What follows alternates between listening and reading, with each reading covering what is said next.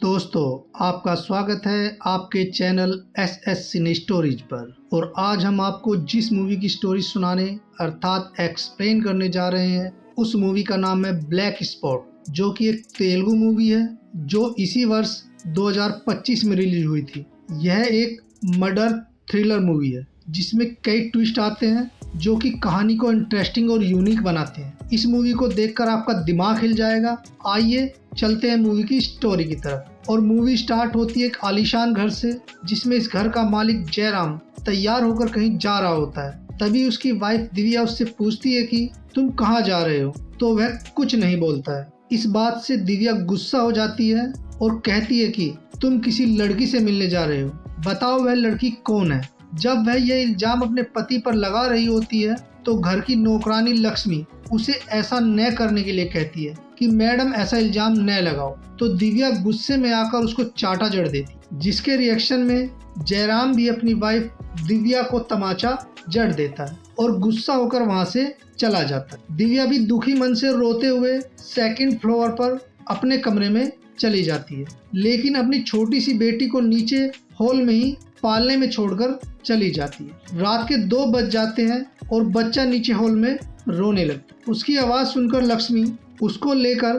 दिव्या के कमरे में पहुंच जाती है और जैसे ही कमरे का डोर खोलती है तो शॉक हो जाती है और देखती है कि दिव्या ने फांसी लगाकर आत्महत्या कर ली। इस घटना की सूचना वह फोन पर पुलिस को देती है और थोड़ी देर बाद ही पुलिस ऑफिसर विक्रम अपने एक साथी राम बाबू के साथ वहां पर पहुंच जाता है। इंस्पेक्टर विक्रम बहुत ही बारीकी से पूरे कमरे का निरीक्षण करता है। कमरे में उसको एक छोटा सा मोती मिलता है जिसको वह आगे की इन्वेस्टिगेशन के लिए अपने पास रख लेता है। इसके बाद इंस्पेक्टर विक्रम घर के मालिक जयराम के बारे में पूछता है कि वह कहाँ है, तो नौकरानी लक्ष्मी बताती है कि वह मुंबई जाने के लिए एयरपोर्ट गए हैं। उनकी बात सुनकर इंस्पेक्टर राम बाबू से कहता है कि एयरपोर्ट पर फोन करके जयराम को मुंबई जाने से रोको और फोरेंसिक टीम को भी बुलाओ। इंस्पेक्टर लक्ष्मी से पूछता है कि घर में और कौन कौन लोग रहते हैं। लक्ष्मी बताती है कि जयराम का भाई आदित्य भी यहीं पर रहता है। इंस्पेक्टर उसको फोन करके बुला लेता है। आदित्य एक NIA ऑफिसर होता है जिसकी ट्रेनिंग चल रही होती है। आदित्य जैसे ही घर पहुंचता है तो वह लक्ष्मी से पूछता है कि भाभी ने आत्महत्या क्यों की। उसकी यह बात सुनकर इंस्पेक्टर विक्रम उससे कहता है कि यह आत्महत्या नहीं, एक मर्डर है। उसकी बात सुनकर आदित्य चौंक जाता है। इंस्पेक्टर विक्रम उसे बताता है कि दिव्या की गर्दन पर चोट के निशान है, किसी ने उसको मारकर यहाँ पर लटका दिया है। तभी लक्ष्मी उन्हें बताती है कि बीच में एक बार जयराम घर आए थे। यह बात सुनकर इंस्पेक्टर विक्रम और आदित्य दोनों चौंक जाते हैं। इंस्पेक्टर विक्रम रूम को सील करने का ऑर्डर देता है। कुछ देर बाद 2 पुलिस वाले जयराम को एयरपोर्ट से लेकर वहां पर पहुंच जाते हैं। जयराम उसको इस तरह लाने का कारण इंस्पेक्टर से पूछते हैं तो इंस्पेक्टर विक्रम उसे बताता है कि आपकी वाइफ का किसी ने मर्डर कर दिया है। यह बात सुनकर जयराम चौंक जाता है। इंस्पेक्टर को जयराम पर शक होता है और वह उससे पूछता है कि 8 से लेकर 2 बजे तक आप कहाँ थे। तो जयराम उससे झूठ बोलता है और कहता है कि मैं इस बीच एयरपोर्ट पर ही था। लेकिन इंस्पेक्टर लक्ष्मी को बुलवाकर उससे पूछता है कि साहब कहाँ थे। तो लक्ष्मी कहती है कि मैंने एक बार 8 और 2 के बीच में साहब को घर में ही देखा था। अपना झूठ पकड़े जाने पर जयराम सफाई देते हुए कहता है कि मैं कुछ इम्पोर्टेंट डॉक्यूमेंट लेने घर आया था और 1-2 मिनट में ही डॉक्यूमेंट लेकर यहाँ से चला गया था। मैंने दिव्या का मर्डर नहीं किया है। लेकिन इंस्पेक्टर उस पर लगातार शक करते हुए कहता है कि तुम्ही ने दिव्या का मर्डर किया है। तभी आदित्य कहता है कि गेट के CCTV फुटेज को देख लिया जाए, उससे पता चल जाएगा कि जयराम यहाँ पर कितनी देर रुके थे। तीनों लोग CCTV फुटेज को चेक करते हैं और देखते हैं कि जयराम सिर्फ 1 या 2 मिनट ही वहाँ पर रुके थे और इतने कम समय में किसी का मर्डर करके उसको छत में लटकाया नहीं जा सकता था। इसलिए जयराम पर से इंस्पेक्टर का शक खत्म हो जाता है। घर में मर्डर के समय सिर्फ लक्ष्मी ही थी, इसलिए इंस्पेक्टर का शक इस बार लक्ष्मी पर जाता है कि लक्ष्मी ने ही दिव्या का मर्डर किया है। इंस्पेक्टर लक्ष्मी को कहता है कि तुमने पुलिस को फोन करने से पहले किसको फोन किया था। तो लक्ष्मी डर जाती है और घबराकर बताती है कि सबसे पहले मैंने साहब को फोन किया था और साहब ने कहा था कि किसी को कुछ मत बताना और पुलिस को फोन करना, कितना भी पूछे बस यही कहना कि मुझे कुछ नहीं पता। यह बात सुनकर इंस्पेक्टर जयराम और लक्ष्मी के बीच में अवैध संबंध होने का शक होता है और वह अपना शक दोनों के आगे जाहिर कर देता है। उसकी बात सुनकर जयराम कहता है कि हमारे बीच ऐसा कुछ नहीं है। लक्ष्मी हमारे यहाँ काफी दिनों से काम करती है और वह हमारे लिए लॉयल है, इसलिए वह मेरा बचाव कर रही है। तभी इंस्पेक्टर विक्रम की नजर एक फैमिली फोटो पर पड़ती है। उस फोटो में जयराम के साथ एक महिला और बच्चा होता है। उसके बारे में पूछने पर विक्रम को पता चलता है कि वह महिला जयराम की पहली वाइफ है जो कैंसर के कारण बीमारी से अपनी जान गंवा चुकी है और वह बच्चा विनोद जयराम का बच्चा है। विनोद के बारे में विक्रम पूछता है कि वह कहाँ है, तो लक्ष्मी बताती है कि वह बच्चा घर में दूसरी मंजिल पर एक कमरे में रहता है और ज्यादा किसी से मिलता जुलता नहीं है। आदित्य विक्रम को बताता है कि विनोद एक स्पेशल चाइल्ड है जो कि अपनी माँ की मृत्यु के बाद डिप्रेशन में चला गया है और ज्यादातर चुप ही रहता है। विक्रम विनोद से जाकर प्यार से बात करता है और पूछता है कि रात में घर में कुछ हुआ था क्या, तो विनोद बताता है कि रात 10:50 पर छोटा बेबी जोर जोर से रो रहा था, इसलिए मैंने नीचे जाकर देखा तो नीचे कोई नहीं था। बच्चा अकेला ही पालने में रो रहा था, इसलिए मैं वापस से अपने कमरे में आ गया। एक बार फिर से इंस्पेक्टर विक्रम का शक लक्ष्मी पर जाता है और वह उससे बात करते हुए कहता है कि तुम तो कह रही थी कि तुम पूरी रात घर पर ही थी, लेकिन जब विनोद नीचे आया था तो तुम उसे नहीं मिली थी। तुम बार बार झूठ बोल रही हो। लक्ष्मी अपनी सफाई देते हुए बताती है कि मेरा घर पास में ही है और जब भी यहाँ पर बारिश होती है तो मेरे घर में पानी भर जाता है, इसलिए मैं अपनी बेटी मानसी को देखने और पानी को बाहर निकालने गई थी, लेकिन मैं तुरंत ही वापस आ गई थी। शायद इसी बीच किसी ने दिव्या मैडम का मर्डर किया होगा। इंस्पेक्टर विक्रम राम बाबू से मानसी को बुलवाते हैं और उससे बात करते हैं और बात करते करते बीच में अपनी घड़ी को देखते हैं और फिर दीवार पर लगी घड़ी में टाइम देखते। इस बात को आदित्य नोटिस कर लेता है। इंस्पेक्टर विक्रम मानसी से पूछते हैं कि दिव्या मैडम का मर्डर हो गया और तुम्हें क्या लगता है कि उसे किसने मारा होगा। मेरी इन्वेस्टिगेशन से मुझे तुम्हारी माँ पर शक है कि तुम्हारी माँ ने ही दिव्या मैडम को मारा है। इस बारे में तुम्हें जो भी पता है मुझे बताओ। मानसी यह बात सुनकर डर जाती है। इसके बाद विक्रम अचानक से मानसी से कहता है कि तुमने दिव्या मैडम को क्यों मारा है। यह सुनकर सभी लोग वहाँ पर चौंक जाते। सभी लोग एक दूसरे को देखते हुए पूछते हैं कि यह कैसे हो सकता है। इंस्पेक्टर विक्रम दिव्या के कान की बाली का मोती दिखाते हुए कहते हैं कि मेरे पास यह रहा सबूत। साथ ही साथ मानसी के गले पर नाखूनों की खरोचों के निशान भी दिखाते हैं कि छीना झपटी में यह निशान मानसी को लगे होंगे। इंस्पेक्टर विक्रम मानसी के नाखूनों से दिव्या की चमड़ी के सैंपल निकालते हैं और उन्हें अपने पास रख लेते हैं। यह सब देखकर लक्ष्मी अपनी बेटी का इल्जाम अपने ऊपर लेने लगती है और कहती है कि यह सब मैंने किया है, मैंने ही दिव्या मैडम को मारा है। मानसी अपनी माँ के जेल जाने के डर से अपना अपराध स्वीकार कर लेती है कि मेरी माँ ने नहीं बल्कि मैंने ही दिव्या मैडम को मारा है। इसके बाद मानसी पूरी कहानी बताती है कि जब मेरी माँ घर से पानी निकालने के लिए गई थी तो उसने मुझे बच्चे की देखभाल के लिए साहब के घर भेज दिया था और कहा था कि बच्चे का घर पर ध्यान रखना। मानसी जब घर पर पहुंचती है तो दिव्या मैडम उसे अपने कमरे में बुलाती है और कांच के टूटे हुए टुकड़े साफ करने के लिए कहती है और साथ ही साथ भद्दी भद्दी गालियां देने लगती है और कहती है कि तुम माँ बेटी इस घर से कहीं चली क्यों नहीं जाती, और साथ ही साथ उसको लात मारकर गिरा देती है। दरअसल दिव्या इन दोनों माँ बेटी से नफरत करती थी।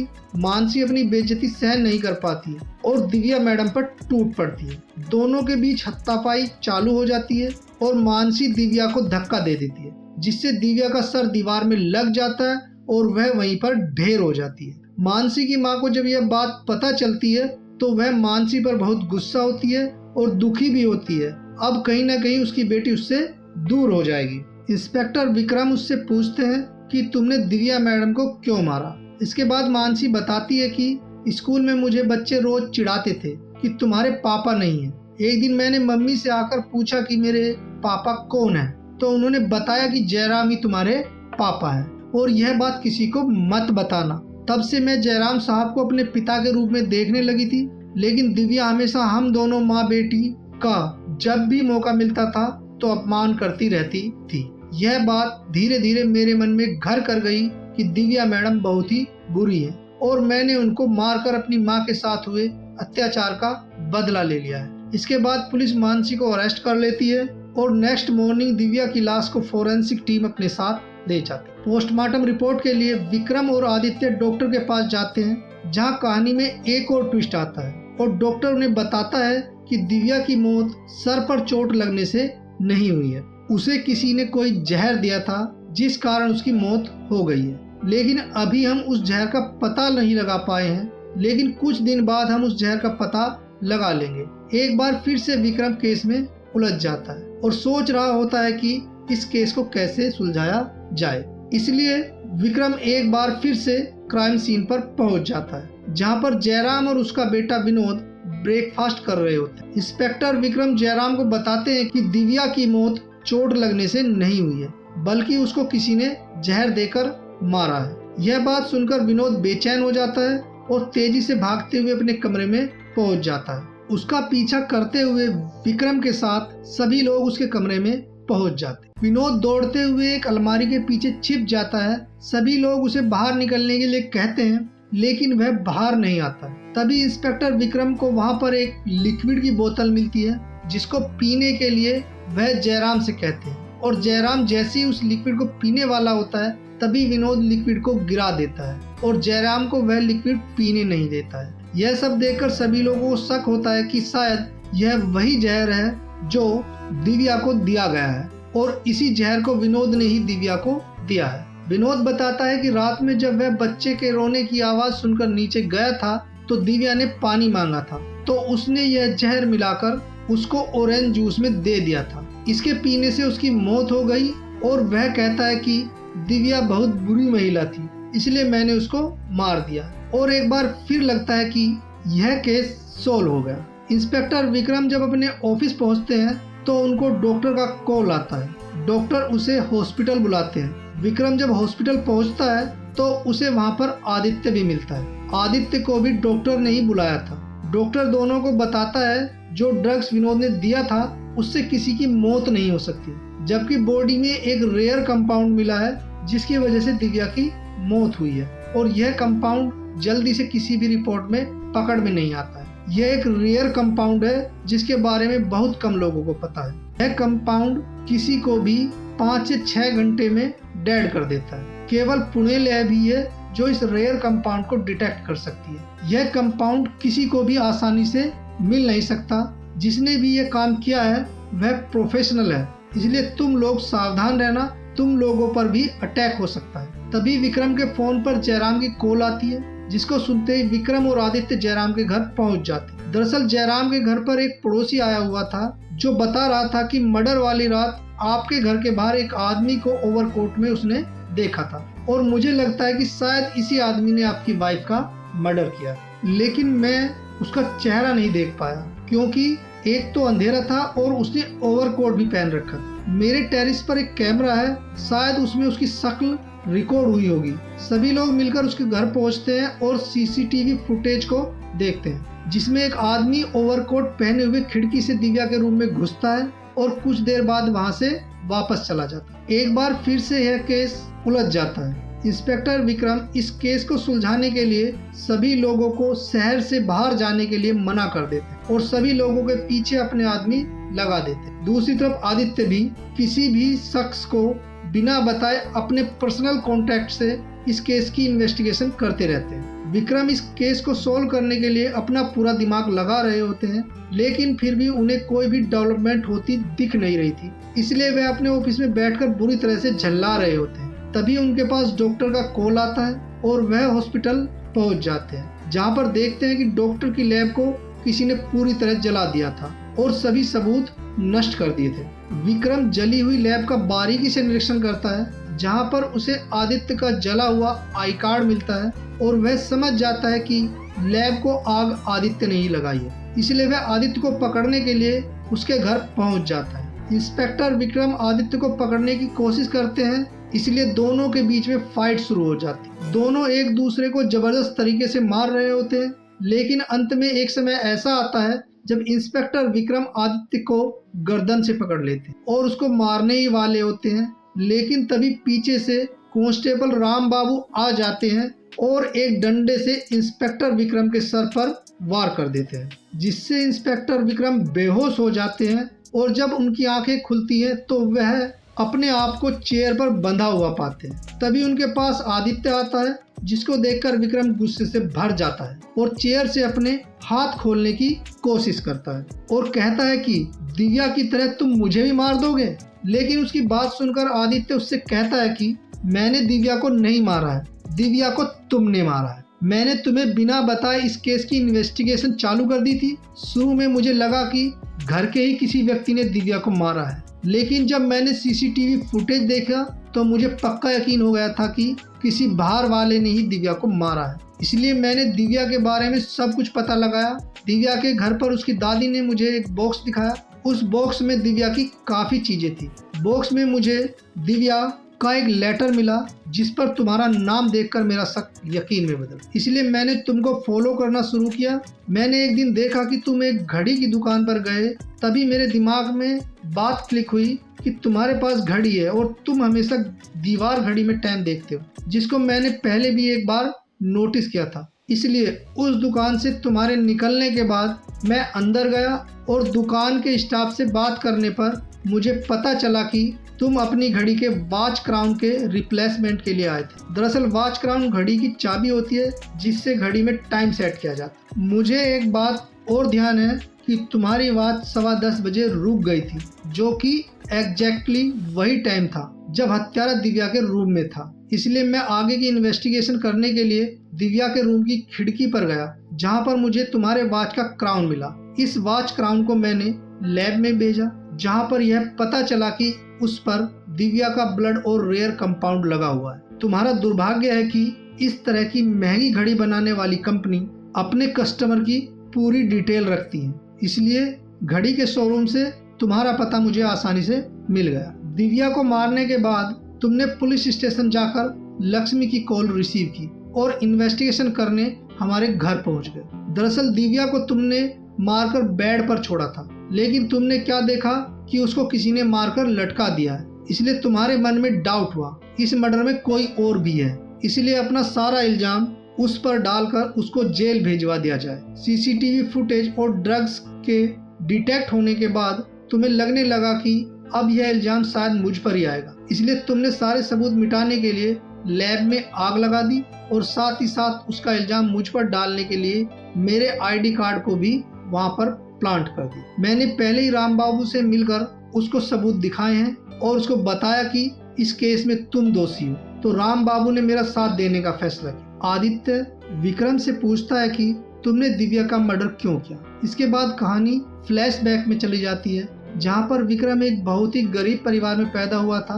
वह और उसकी माँ मुसीबत से अपने दिन गुजार रही थी और एक दिन उसकी माँ की मृत्यु हो जाती, लेकिन वह अपनी पढ़ाई को कंटिन्यू करता रहता है।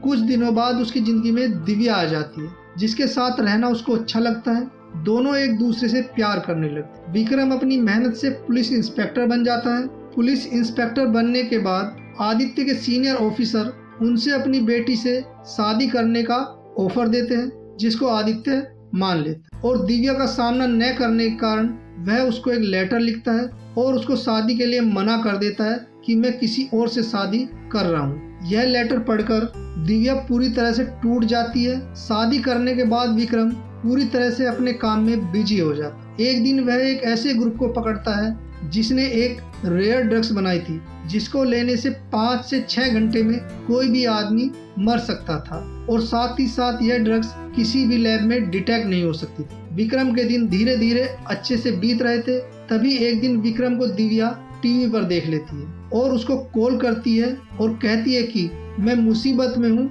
इसलिए मुझे यहाँ से निकाल लो और मुझको बचा लो, मैं तुम्हारे साथ रहना चाहती हूँ। धीरे धीरे दिव्या इसी तरह रोज मुझे फोन करने लगती है, लेकिन मैं उसको अपना नहीं सकता था, इसलिए मैं उसको लगातार मना करता रहा कि मैं ऐसा नहीं कर सकता। यह सुनकर दिव्या को एक दिन गुस्सा आ जाता है और वह मुझे गुस्से में धमकी देते हुए कहती है कि या तो तुम मुझे अपना लो, नहीं तो मैं मीडिया और पुलिस के सामने तुम्हारा सारा सच सबको बता दूंगी। और कहती है कि आधे घंटे में मेरे पास आ जाओ। उसकी बात सुनकर मैं डर जाता हूँ, इसलिए मैं उसको अपने रास्ते से हटाने के लिए पुलिस रेड में पकड़ी गए रियल ड्रग्स को अपनी घड़ी के क्राउन में लगाकर दिव्या को मारने के इरादे से उसके घर पहुंच जाता हूँ। घर पहुंचने पर दिव्या मुझे देखकर इमोशनल हो जाती है और मेरे सीने से लगकर अपनी गलती के लिए माफी मांगने लगती है और कहती है कि मुझसे यह सब बर्दाश्त नहीं होता, मुझे यहाँ से ले चलो। और इसी बीच में धीरे से अपनी घड़ी के क्राउन को उसकी गर्दन में घुसा देता हूँ, जिससे कि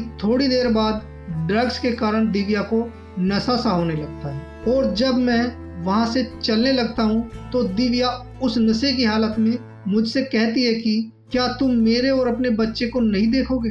दरअसल दिव्या का जो बच्चा होता है वह विक्रम और दिव्या का होता है। उसको देखकर विक्रम का मन पश्चाताप से भर जाता है और वह वहाँ से दुखी हालात में दिव्या को छोड़कर निकल जाता है। रेयर ड्रग्स के कारण 5 से 6 घंटे बाद दिव्या की मौत हो जाती है। इसके बाद कहानी फ्लैशबैक से वापस आ जाती है और जहाँ पर इंस्पेक्टर विक्रम को पुलिस पकड़कर अपनी वैन में ले जाती है, जहाँ उसके सामने दिव्या की आत्मा आती है। विक्रम और दिव्या एक दूसरे को देखकर इमोशनल हो जाते हैं और दिव्या उसके कंधे से लगकर रोने लगती है और यहीं पर इस मूवी का अंत हो जाता है। दोस्तों, मैं आशा करता हूँ कि आपको यह एक्सप्लेनेशन वीडियो अच्छी लगी होगी। अगर आपको यह वीडियो अच्छी लगी हो तो वीडियो को लाइक कीजिए, शेयर कीजिए और चैनल को सब्सक्राइब करना न भूलें। अंत तक वीडियो देखने के लिए आपका बहुत बहुत धन्यवाद।